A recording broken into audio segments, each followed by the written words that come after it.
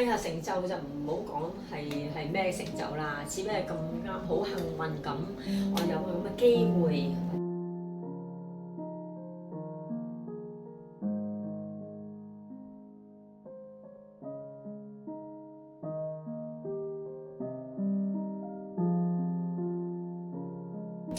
如果50+嘅初學者，我覺得 Zumba 會適合啲。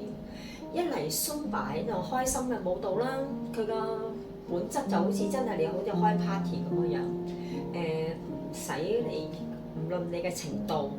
唔論你嘅，總之你嚟玩就得。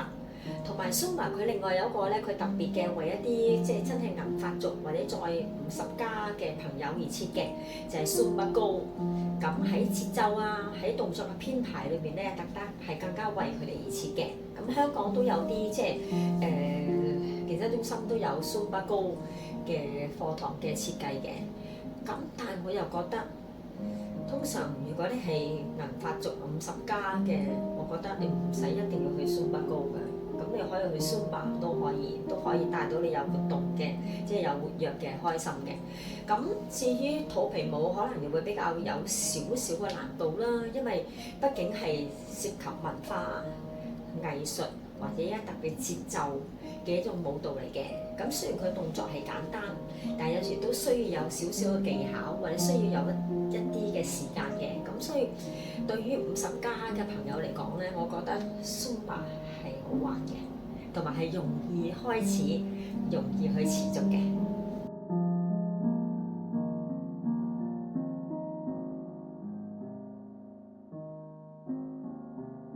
我喺唔同嘅場合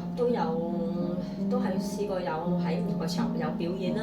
咁喺餐廳啦，喺一啲公開嘅gala show 啦。咁餐廳都係一個好好嘅經驗嚟嘅。對唔同嘅客人啦，咁或者喺一啲餐廳可能為一啲嘅生日嘅來賓，咁我有啲特別嘅安排啊，帶一啲特別歡樂俾佢哋啊，咁都好開心嘅。我試過有次喺餐廳嗰次得我一個 dancer，咁嗰晚咧唔知點解特別多人生日，咁我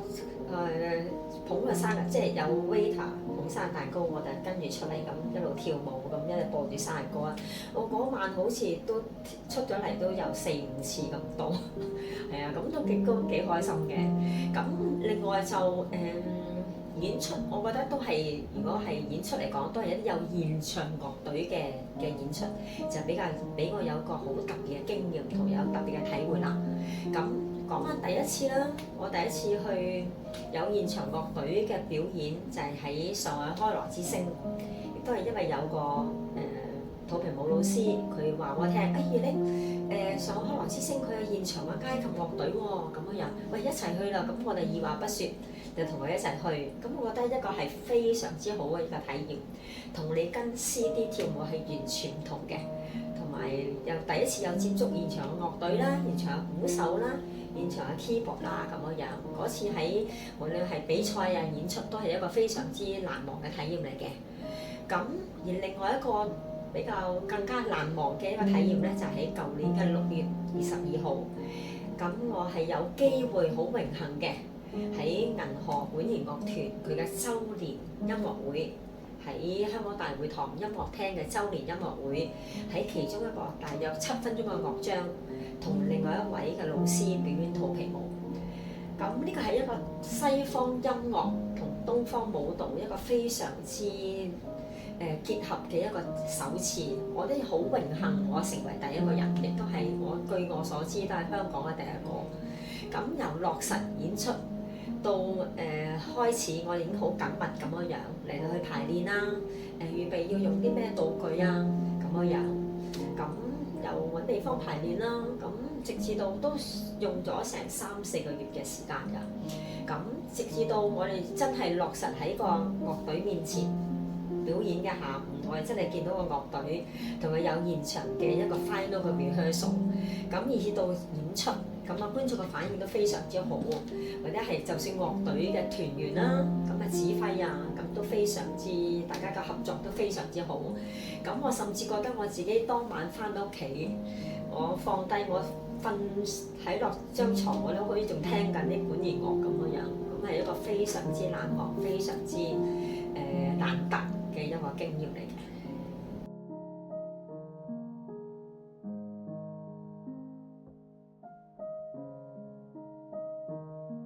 哎呀，成就就唔好講係咩成就啦，只不過咁啱好幸運咁，我有咁嘅機會，或者係做到我想要達成嘅一啲嘅嘢啫。無論係喺海外嘅比賽啊，或者演出啊，一啲嘅教學嘅機會啊咁樣樣。咁我覺得推廣，我覺得我都會盡量嘅，即係或者我會更加多有機會去接觸銀髮一族，或者無論係同佢哋跳 Zumba 啊，或者教佢哋做運動啊，以至同佢哋做一啲嘅伸展啊，咁我都會去繼續會去持續去做嘅。咁至於培訓就唔講得啦，因為我自己都仲喺度學緊，我自己仲覺得我自己仲未做得好好嘅。咁我覺得都係嗰句啦，keep 住開心跳舞，keep 住開心正能量。咁我覺得將我自己嘅一啲嘅生活嘅態度啦，或者係一啲嘅正能量啦，正嘅情緒啦，咁樣令到我參加嘅嚟我上我堂嘅人都開心。咁我記得嗰陣時，我喺最初我第一次嗰陣時跳健康舞去上嗰啲培訓，即係外國大師嘅培訓。咁我覺得好記得其中一個老師 master 咁佢講，因為佢喺一啲大嘅城市嘅健身中心度任教，喺 New York。咁佢話即係一個大城市，可能好多人嚟上你堂都好匆忙啊，咁可能放咗工趕嚟啊。咁佢個目的就係佢令到每一個咧離開呢個堂嘅時候咧，都係帶住笑容嘅。咁我覺得即係呢樣嘢都影響到我啦。無論係 Zumba 啊、肚皮舞，大家都開心嘅。首先我自己開心咗先，咁我先可以令你開心啊。